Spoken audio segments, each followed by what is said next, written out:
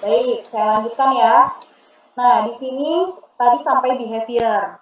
Nah, behavior itu adalah perilaku yang diharapkan. Ini yang saya bold ya. Ada mendeskripsikan, menganalisis, kata kerja tadi yang kalian masukkan itu ya. Kemudian diharapkan. Nah, dalam tujuan pembelajaran juga harus memasukkan afeksi dari proses pembelajaran. Nah, jadi kalau kamu mempelajari tentang mempelajari tentang makhluk sosial dan makhluk individu serta sosiologi sebagai ilmu, kira-kira perilaku apa yang diharapkan siswa miliki gitu. Misalnya tanggung jawab, kemudian empati ya karena kita sebagai makhluk sosial, kemudian tadi tanggung jawab karena kita sebagai makhluk individu ya, kemudian disiplin begitu, kemudian punya keterampilan karena kita tadi belajar sosiologi dan menjadi makhluk sosial. Misalnya seperti itu ya, bersikap jujur, percaya diri, pantang menyerah boleh. Jadi sifat afeksinya juga ada sifat afeksi. Nah kemudian ABC condition. Condition itu pelajaran ini diberikan ketika apa? Yaitu ketika kegiatan pembelajaran berlangsung. Nah, ini yang saya bold ya. Nah, D-nya itu apa? D-nya itu adalah degree. Degree itu adalah tingkatan pencapaian kompetensi. Misalnya, ini harusnya ditambahin ya. Mampu menganalisis sosiologi sebagai ilmu dengan baik dan benar. Kemudian, nah kenapa baik dan benar? Karena supaya kamu punya indikator si siswa ini gimana nih kalau bisa memahami materi kamu atau bisa menyelesaikan materi kamu tuh kalau apa misalnya gitu ya. Nah contoh misalnya sosiologi itu, nah itu kan ada sosiologi itu bisa dilihat dari segi filsafatnya gitu ya, kemudian segi historisnya, sejarah dan lain sebagainya. Nah kalau dia bisa menyebutkan semuanya, berarti dia mampu memahami keseluruhan dari materi, mampu menyelesaikan semua kompetensi. Tapi kalau seandainya dia cuma bisa nyebutin 2 dari 3 misalnya, nah itu berarti nggak tuntas. Ya, nah makanya di situ harus ada degree, baik dan benar. Gitu. Materi pembelajaran adalah materi yang ada di subbab kalian. Nah, ini berarti tadi kalau dari contoh adalah manusia sebagai makhluk individu dan sosial. Nah, kemudian yang kedua, sosiologi sebagai ilmu. Itu ya. Kemudian yang kedua, yang keempat, 5 ya, adalah metode pembelajaran. Nah, sebenarnya metode pembelajaran ini kalian belum belajar ya, baru semester berikutnya di mata kuliah strategi pembelajaran. Tapi nggak apa-apa, ini untuk wawasan kalian dan kalian diperbolehkan untuk mencari tahu ya di sumber belajar lain. Nah, untuk pendekatan pembelajaran khusus untuk kurikulum 2013 itu sudah pagu menggunakan scientific learning ya atau pembelajaran ilmiah. Ya. Nah, nanti ini kaitannya dengan proses langkah-langkah dalam mendeskripsikan langkah-langkah. Nah, jadi RPP kalian semua silakan mencantumkan pembelajaran ilmiah. Jadi semua sudah sama semua ya untuk pendekatan. Nah, strategi boleh macam-macam. Boleh cooperative learning, boleh kontekstual, boleh inquiry, boleh problem based learning, boleh expository. kalian cari boleh dari sumber belajar lain tentang buku-buku di strategi pembelajaran. Nah, dalam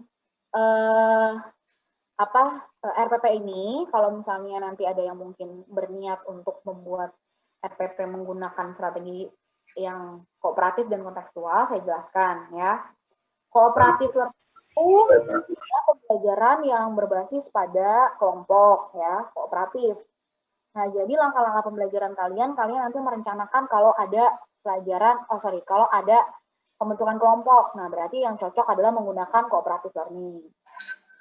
Nah, kalau seandainya nanti kalian mau nampilin contoh-contoh, mau nampilin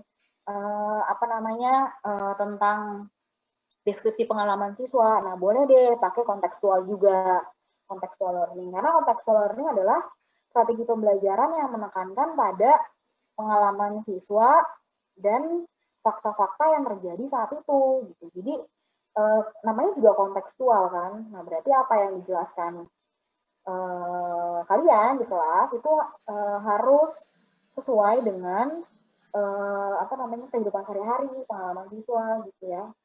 Seperti itu namanya contextual learning. Nah, problem based learning itu kalau misalnya kalian mau merencanakan pembelajaran yang berbasis masalah misalnya. Boleh ya. Atau yang inquiry learning adalah strategi pembelajaran yang menekankan pada pencarian ilmu pengetahuan. Nah, jadi siswa diminta untuk cari sumber belajar dari mana aja gitu ya. Kemudian menggali informasi dari situ, mengumpulkan data dan lain sebagainya. Itu boleh ya. Nah, kemudian metodenya seperti apa? Metode itu lebih praktis ya, lebih praktik maksudnya.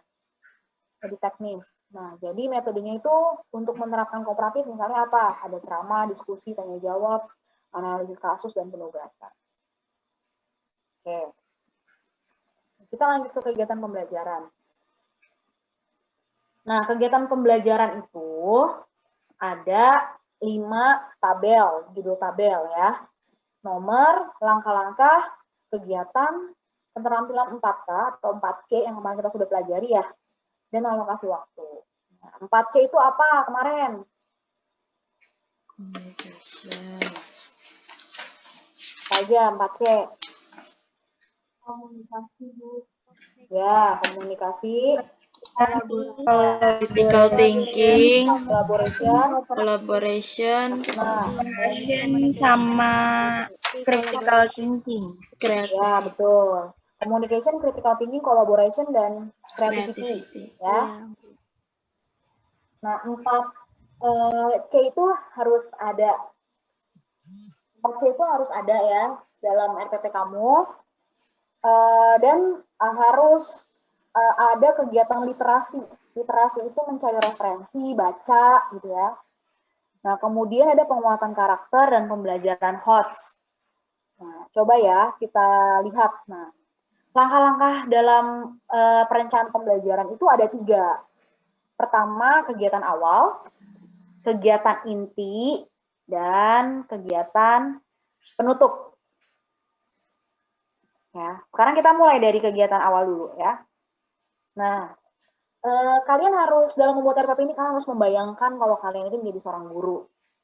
Ketika kalian menjadi seorang guru, apa yang mau kalian lakukan di awal pembelajaran? Nah, mungkin pertama salam dulu, berdoa, gitu ya, ajak mereka untuk berdoa.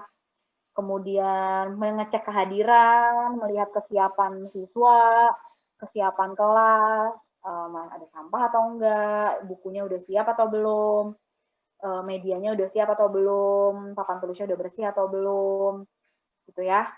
Nah, itu memeriksa semuanya, fisik dan psikis peserta didik. Kemudian melakukan apersepsi. Nah, apersepsi ini penting ya, yaitu mengingatkan kembali apa yang mereka sudah pelajari hari kemarin dengan hari ini. Nah, jadi misalnya contohnya gini, anak-anak kemarin kita udah belajar materi apa ya? Misalnya udah belajar materi interaksi sosial. Oke, interaksi sosial kemarin itu ada yang bisa jelaskan nggak? materinya apa saja, kemudian apa syarat interaksi sosial gitu. Karena kita hari ini mau masuk ke dalam materi sosialisasi misalnya gitu. Nah, itu jadi ada aspek apersepsi di mana mengingatkan kembali materi kemarin untuk dikaitkan dengan materi hari ini. Gitu ya. Nah, lalu gimana Bu kalau yang dapat kelas 10 bab 1 misalnya? Gimana cara ngingetinnya persepsi?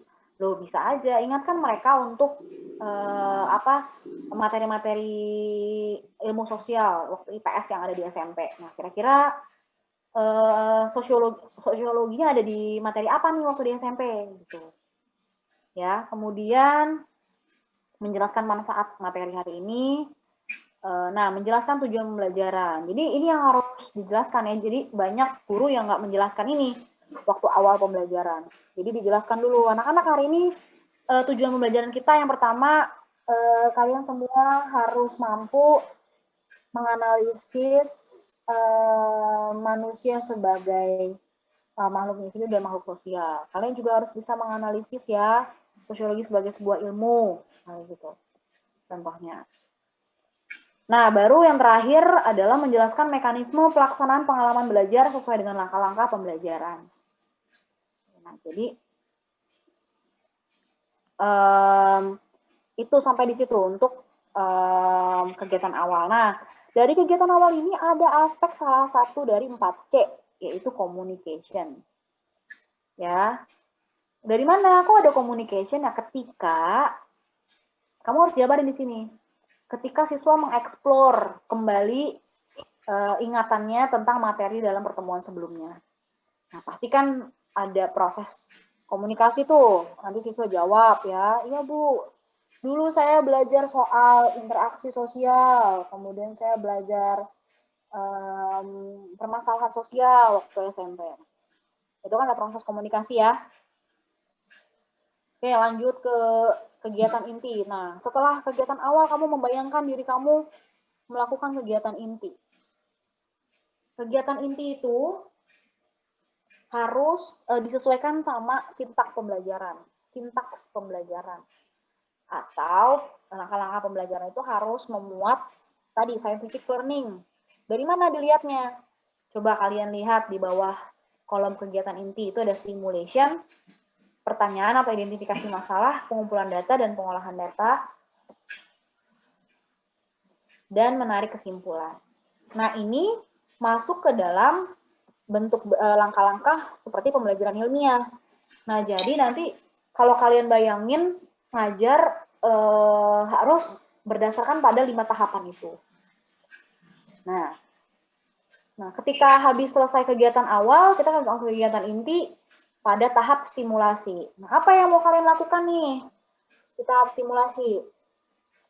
Nah, di sini peserta didik diberi motivasi atau rangsangan untuk memusatkan perhatian pada topik materi.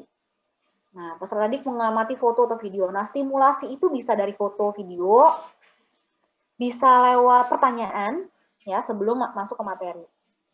Stimulasi dulu, jadi jangan langsung dikasih materi, ya, berat. Nah, habis itu baru deh mengidentifikasi masalah lewat apa? Lewat pertanyaan, ya, pakai gambar atau video boleh, ya.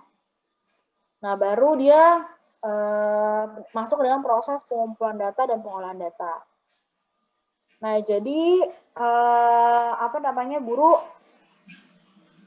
sesudah memberikan identifikasi masalah ya berupa materi-materi hari itu dan lewat pertanyaan-pertanyaan, dilakukanlah proses pengumpulan data dan pengolahan data. Lewat apa? Lewat penggalian informasi, ada kegiatan literasi di situ, ya. Ada 4C juga, tadi yang distimulasi itu ada 4C, ada critical thinking. Pada saat apa? Kamu deskripsikan di situ, pada saat peserta didik melakukan pengamatan video. Kemudian pada saat peserta didik diminta mengamati isi video dengan melibatkan pola pikir kritis. Nah, itu ya.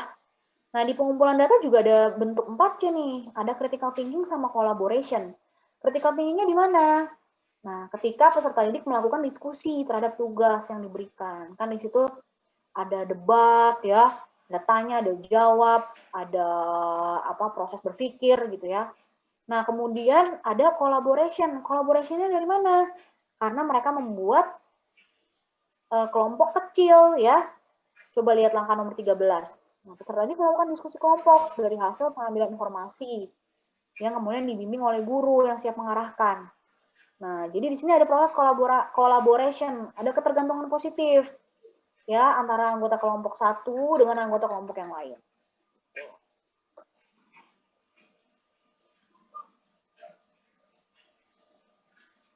Nah, kemudian yang terakhir dari kegiatan ini adalah menarik kesimpulan. Nah, setelah mereka berdiskusi ya, tanya jawab, kemudian mengumpulkan informasi yang banyak ya dari berbagai macam sumber, menggunakan bentuk kolaborasi dari antar teman gitu ya. Kemudian harus ditarik tuh kesimpulannya. Ya, apa yang mereka dapat dari hasil diskusi dan mencari informasi itu. Nah, mereka harus bisa tuh menentukan garis besar ya. Kemudian mereka juga harus bisa menyimpulkan hasil diskusi dan melemparkan beberapa pertanyaan gitu ya. Nanti guru bisa menyampaikan beberapa pertanyaan kepada siswa supaya melihat penguasaan mereka terhadap materi. Nah, di sini ada aspek 4C, yaitu creativity dan communication. Nah, creativity-nya di mana? Nah, ketika peserta didik bersama kelompoknya mampu mengembangkan pola berpikir tentang penerapan sosiologi di kehidupan sehari-hari. Nah, ketika siswa bisa menarik kesimpulan, garis besar, nulis kesimpulan dalam satu paragraf, begitu ya. Nah, itu suatu bentuk creativity itu, keterampilan ya. Dan ketika garis besar tersebut atau kesimpulan tersebut dia komunikasikan di depan kelas, maka itu ada aspek komunikasi.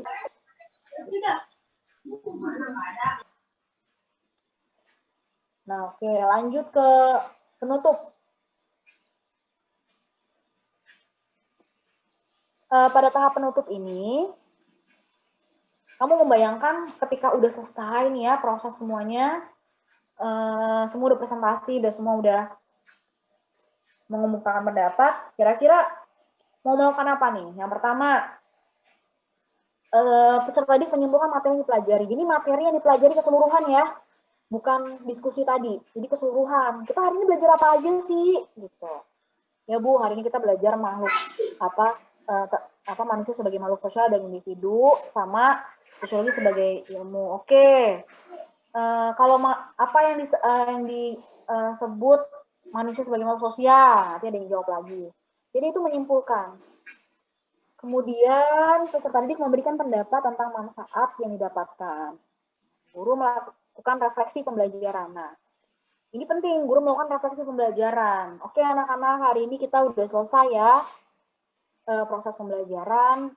Hari ini kalian semua kondusif, kemudian terlihat aktif ya, tapi dalam proses mencari informasi masih minim proses literasinya, sumber-sumber yang dicari itu masih sedikit. Nah, diharapkan minggu depan kalian dalam mencari literasi itu mesti baik ya, jurnal, kemudian buku-bukunya juga harus diperbanyak. Nah, itu adalah bentuk refleksi ya, supaya ada motivasi ekstrinsik untuk siswa. Nah, kemudian setelah itu kamu kasih tugas. Oke, untuk minggu depan ada tugasnya di halaman sekian di LKS. Atau tugasnya silakan mencari video yang berkaitan dengan materi minggu depan. Yaitu materi tentang sosiologi, tentang imajinasi sosiologi misalnya, atau tokoh-tokoh sosiologi. Kayak gitu ya.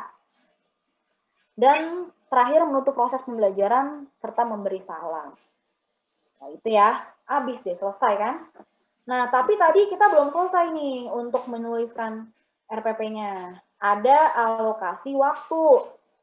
Nah, tadi ada yang menuliskan 2 kali 45 menit, ada yang 3 kali 40 menit. Di SMA, 1 jam pelajaran itu adalah 45 menit ya, bukan 60 menit.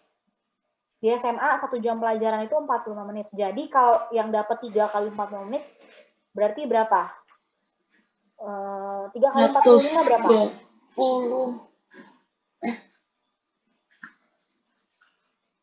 135 menit. Berapa? 130 135 menit. 25 ya. 135. 125 menit. Oke. Nah, kalau 125 menit, yakin nih 125 menit? 135. 135. Iya, Bu. Ya. Ini kelamaan di rumah nih ya. Ngitung aja ragu.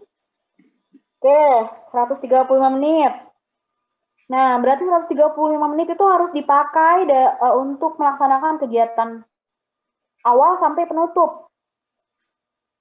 Nah, jadi kamu estimasi deh. Kegiatan awal misalnya mau 15 menit, ya. Kegiatan akhir juga 15 menit. Nah, berarti sudah kepake tuh 30 menit untuk kegiatan awal dan penutup. Nah, berarti sisanya untuk kegiatan inti berapa? 105 menit. Nah, 105 menit gitu. Yang 2 kali 45 menit juga gitu ya. Nah, apa harus 15 menit, Bu? Enggak ya. Itu disesuaikan sama perencanaan kalian. Bisa nggak kegiatan awal 15 menit, penutup 10 menit aja? Bisa, ya. Nah, disesuaikan sama kegiatan intinya. Kalau kegiatan intinya lebih panjang, berarti dia harus membutuhkan waktu yang lebih banyak. Kegiatan awal sama kegiatan penutupnya dipangkas, ya, lebih sedikit. Oke, lanjut ke komponen berikutnya, yaitu komponen penilaian. Nah, ini dia sikap, teknik penilaian. Penilaian itu tekniknya untuk yang sikap boleh pakai observasi atau pengamatan ya. Untuk yang pengetahuan boleh pakai tes lisan atau tes tertulis, boleh. Penilaian keterampilan boleh pakai unjuk kerja, pekerjaan rumah, praktek dan portofolio boleh. Ya, kalau yang menyelenggarakan diskusi boleh pakai unjuk kerja ya atau portofolio. Kalau yang pakai penugasan boleh pakai pekerjaan rumah ya. Atau yang mau buat sesuatu produk boleh pakai penilaian keterampilan menggunakan praktek misalnya. Ya. Nah, bentuk penilaiannya seperti apa? Misalnya kalian memutuskan untuk pakai observasi tadi ya, penilaian sikap. Nah, berarti bentuk penilaiannya menggunakan lembar pengamatan aktivitas peserta didik. Nah, kalau kalian milih yang tes tertulis untuk penilaian pengetahuan, maka kalian menggunakan uraian dan lembar kerja. Nah, kemudian untuk keterampilan, misalnya kalian milih untuk pakai unjuk kerja dan portofolio. Nah, unjuk kerja berarti pakai lembar penilaian unjuk kerja atau presentasi.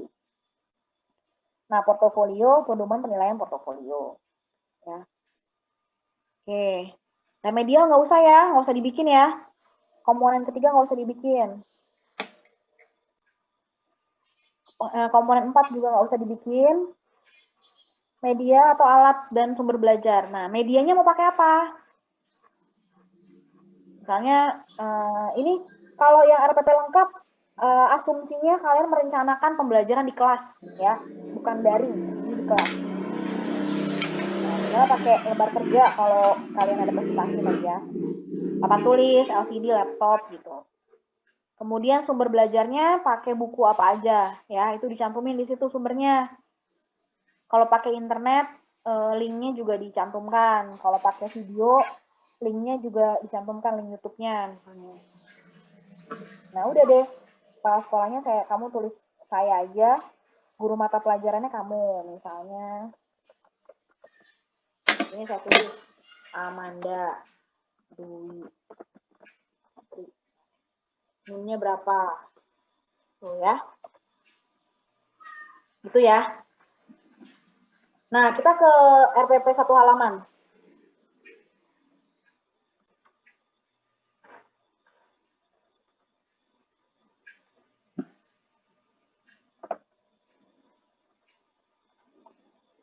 Nah, kalau RPP 1 halaman lebih simpel lagi, ya. Nah, ini identitasnya sama kan? 4 jam pelajaran.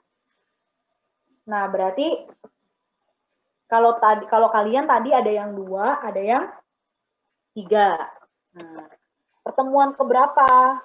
Nah, ini pertemuannya mesti ini ya, mesti diskusi sama teman yang dapat kelas 10 sama kelas 10, kelas 11 sama kelas 11, kelas 12 sama kelas 12. Misalnya dalam satu semester di kelas 10 itu ada 16 kali pertemuan. Nah, kalian dapat subbab yang keberapa nih? Misalnya dapat subbab yang ke 1 atau kedua. Nah, kalian 1 kedua bab 4 misalnya. Berarti di sini untuk pertemuan ke-15 sampai 15 misalnya. Nanti ada lagi temennya pertemuan ke-16. Ya. Jadi mesti diskusi lagi. Kemudian tujuan pembelajaran. Nah, untuk RPP 1 halaman kalian asumsinya adalah untuk belajar daring di rumah, ya, PJJ saat ini. Jadi kalau yang RPP lengkap itu untuk yang di sekolah, ini untuk yang di daring ya. Nah, jadi di sini melalui model pembelajaran blended learning peserta didik dapat. Blended learning itu apa? Blended itu kan artinya campuran ya, blend. Nah, jadi pembelajaran campuran di mana ada klasikal, ada luring, ada daring. Luring itu kan luar jaringan, daring itu kan dalam jaringan. Nah, ini kita daring nih. Luringnya nanti di WhatsApp. Atau saya nanti kasih file, kamu belajar di rumah, itu luring. Saya kasih video, kamu belajar di rumah. Itu namanya luring. Nah, tujuannya tinggal di copy aja dari indikator yang ada di RPP lengkap. Gitu ya. Gampang ya? Oke, langkah-langkah pembelajarannya aja nih yang paling beda. Karena tadi yang kalian buat di RPP lengkap itu pembelajaran yang di dalam kelas. Nah, berarti untuk kegiatan langkah-langkah pembelajaran yang di daring masih disesuaikan nih. Coba bisa lihat nih ya. Di pendahuluan melalui Zoom meeting. Nah, berarti menggunakan Zoom meeting ya, platformnya ya. Melalui Zoom meeting, guru mengingatkan peserta didik untuk mempersiapkan diri dalam pembelajaran online. Berdoa dulu, terus menyampaikan tujuan ya, apa resepsi ya, menyampaikan manfaat pembelajaran. Nah, jadi di situ harus dimasukkan komponen-komponen darinya ya, pakai Zoom atau Google Meet atau apa gitu, atau WhatsApp group atau Google Classroom gitu. Kamu tulis di situ ya. Nah, masuk ke inti sama, dia ada sintaks pembelajaran ya. Nah, cuma di sini harus dalam suasana atau kondisi daring. Stimulasi misalnya, stimulasi peserta didik menyimak tayangan PowerPoint yang ditayangkan pada Zoom meeting.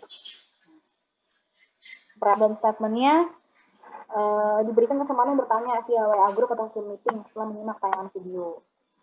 Data processing-nya menjelaskan berbagai permasalahan sosial, membuat tugas, memberikan kunci jawaban atau pembahasan tugas, membandingkan hasil yang dikumpulkan. Nah, kemudian yang terakhir menyimpulkan, menarik kesimpulan.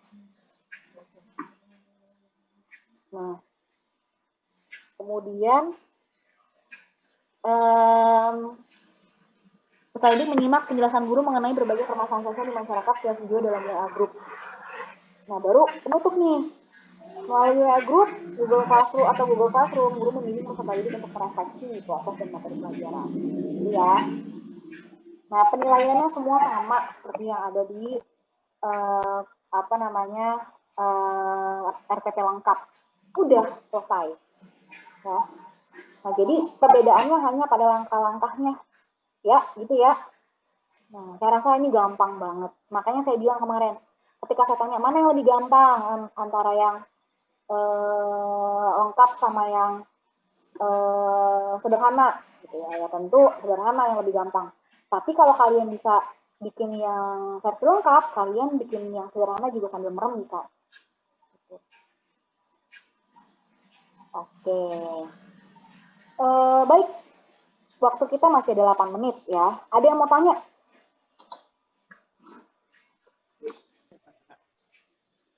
Saya, Bu. Ada yang masih kurang jelas? Saya, Bu, ingin bertanya.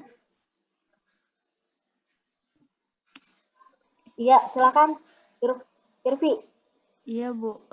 Yang di RPP lengkap itu kan ada tabel pembelajaran HOTS ya, Bu. Ya.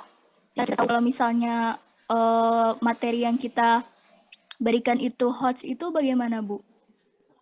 Ya, pembelajaran HOTS atau Higher Order Thinking Skills. Yang pertama, kalian nggak cuma ceramah, guru. Ya.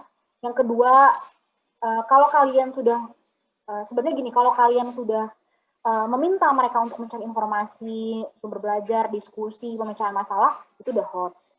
Ya. Asal dalam proses pembelajarannya jangan cuma ceramah, terus siswa nyatet, gitu ya. Siswa dengerin aja, nah itu nggak HOTS tuh yang kayak gitu tuh. Ya, nah itu aja sih sebenarnya. Yang penting meningkatkan siswa untuk berpikir kritis dan berpikir analisis.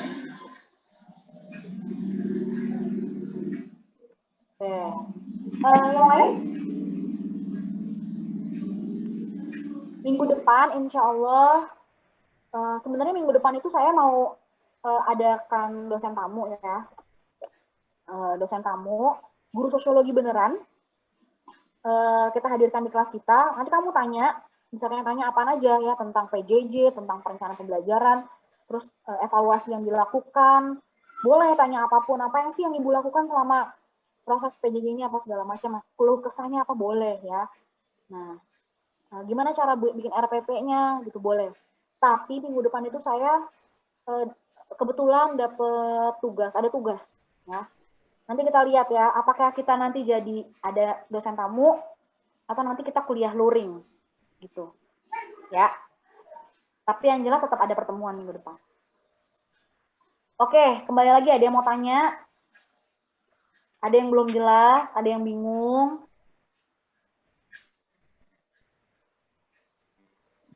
Saya mau bertanya lagi, Bu. Boleh. Kalau yang langkah-langkah itu berarti kita buatnya itu sesuai dengan apa yang mau kita lakukan aja gitu ya, Bu? Nggak usah terpatok dari RPP yang Ibu jelaskan tadi. Betul. Makanya saya bilang tadi kalian harus mengimajinasikan diri kalian ketika kalian sebagai guru mau merencanakan nih besok ngajar sosiologi nih ya. Mau ngapain aja gitu. Nah, tapi langkah-langkah pembelajaran itu harus sesuai sama sintaks pembelajaran tadi dan harus sesuai juga kalau kalian pakai cooperative learning, berarti kalian harus ada pembelajaran kelompok. Ya, harus bikin kelompok. Kalau kalian pakai problem based learning, berarti kalian harus menampilkan masalah di situ. Kolaborasi misalnya cooperative learning sama problem based learning. Nah, berarti di situ kalian harus buat kelompok, diskusi masalah, pemecahan masalah gitu. Nah, boleh deh tuh searching misalnya di Google atau di beberapa literatur ya. Kalau problem based learning itu langkah-langkah pembelajarannya seperti apa? Kalau cooperative learning itu seperti apa? Nah, boleh tuh, tapi tetap jangan diambil sepenuhnya dari internet ya, nanti ketahuan sama saya ya. Nah, jadi kamu baca terus kamu sesuaikan sama sintaks pembelajaran. Kamu kelompokkan tuh langkah-langkahnya yang masuk ke dalam stimulasi yang mana, yang mengumpulkan data yang mana. Kemudian kamu harus juga tambahin supaya ada aspek 4C tadi ya. Harus ada semuanya 4C. Nggak boleh nggak ada. Gitu. Baik, Bu. Terima kasih. Ya, sama-sama. Baik, ada lagi? Waktu kita masih 4 menit. Kalau mau tanya lagi. Bu, saya mau tanya. Vina, iya silakan Vina. Tadi di dalam RPT yang lengkap ini kan ada KD-nya ada 3 sama 4. Nah, nanti kan kita kebagian salah satunya aja nih Bu. Kalau misalnya seandainya saya kebagiannya kelas 12, berarti saya mencakup KD-nya yang 5 ya Bu? Kamu dapat kelas 12? Iya, contohnya. Ya, maksudnya kamu dapatnya satu subbab. Ya, kalau dapat satu subbab, KD-nya misalnya kelas 12 nih, kelas 12 dapat bab 5 misalnya ya. Nah, berarti kamu KD-nya 3.5 di kelas 12. Nah, ini nanti jumlah indikator Tergantung nanti PJ bagiinnya Vina dapat 1 subbab atau 2 subbab. Kalau dapat 2 subbab ya berarti indikatornya 2. Kalau 1 subbab ya berarti indikatornya 1. Gitu. Ya. Nah, nanti Vina akan sama KD-nya sama teman-teman yang dapat bab 5. Yang dapat subbab di bab 5. Gitu. Tapi indikatornya pasti beda-beda. Karena kan subbabnya beda-beda kalian. Gitu. Oke, terima kasih, Bu. Ya, oke. Oke, ada yang lain? Saya mau nanya, Bu. Ya, silakan Amanda. Kan tadi yang di akhir-akhir yang di RPP apa lengkap itu kan ada yang kata dari internet, buku, terus video, terus kata ibu kan itu dicantumin. Berarti nanti kalau misalnya itu kita nyantumin, kalau dari internet nyantumin linknya, terus videonya, YouTube nyantumin videonya kayak gitu, Bu. Enggak, linknya aja. Kalau YouTube, linknya aja. Kalau misalnya dari surat kabar, linknya aja. Kalau buku, tulis lengkap seperti di daftar pustaka, gitu ya. Jurnal juga gitu, tulis seperti di daftar pustaka, gitu ya. Nah, Oke, makasih, Bu. Oke, baik. Nanti kalian juga mesti bikin, jadi gini, tugas kalian di mata kuliah ini lumayan banyak ya. Nanti kalian akan juga bikin bahan ajar, bikin kalender akademik. Minggu depan kita bikin kalender akademik, ya, luringnya. Kalender akademik itu kalian fungsinya adalah untuk melihat hari efektif mengajar, karena hari efektif itu berguna untuk melihat kalian punya berapa pertemuan gitu ya untuk menjelaskan materi 1 semester. Gitu. Nah, itu penting tuh, ya. Oke, ada lagi kah? Nggak ada? Ada. Siapa tadi yang nanya? Siti Humaira, Bu. Situ Mairo, ya silakan. Itu Bu di bagian penilaian. Tadi kan di teknik penilaian, terus ada penilaian pengetahuan dan keterampilan. Itu kan ada macam-macam ya jenisnya. Nah, itu boleh dicantumin semuanya atau pilih salah satu gitu, Bu? Biasanya sih guru itu dalam proses penilaian nggak pakai banyak-banyak ya. Kalau presentasi ya pakai form unjuk kerja misalnya, atau pakai portofolio gitu. Karena kan aktivitasnya juga nggak banyak-banyak ya. Kalau banyak form penilaian nanti kalian bingung. Jadi kalian mengumpamakan kalau diri kalian tuh ngajar kira-kira tidak akan menggunakan banyak ini kan instrumen penilaian. Nah, paling kalau tes kognitif misalnya, paling salah satu mau lisan apa tertulis. Kalau dua-duanya kayaknya waktunya nggak keburu, ya kan? Gitu. Jadi